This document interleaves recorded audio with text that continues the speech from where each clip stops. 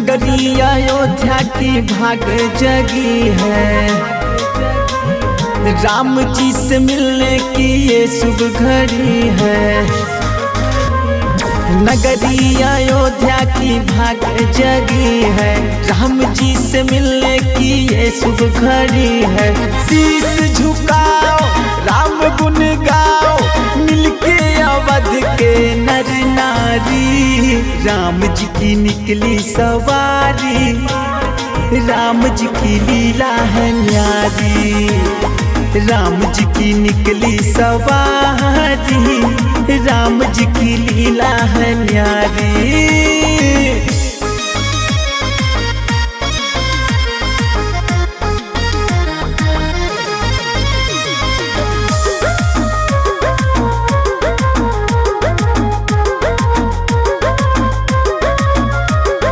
घूम उठी है धरती सारी, पौड़े चरण जो प्रभु तुम्हारे।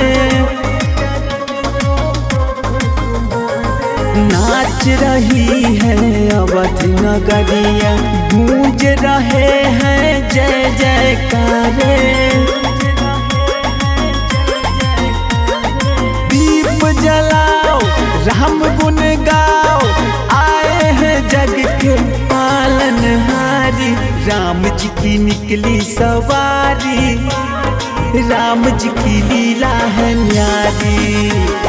राम जी की निकली सवारी, राम जी की लीला है न्यारी।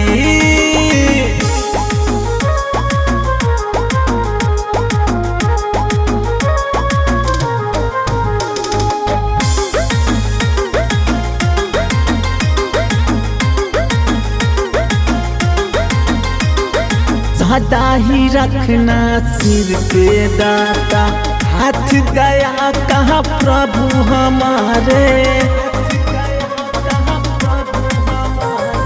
दूर न होना हमसे एक पल, आस लगी है तुमसे सारे।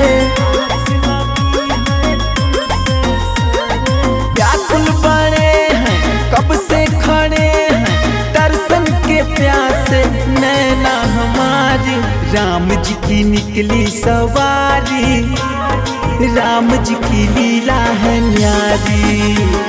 राम जी की निकली सवारी, राम जी की लीला है न्यारी।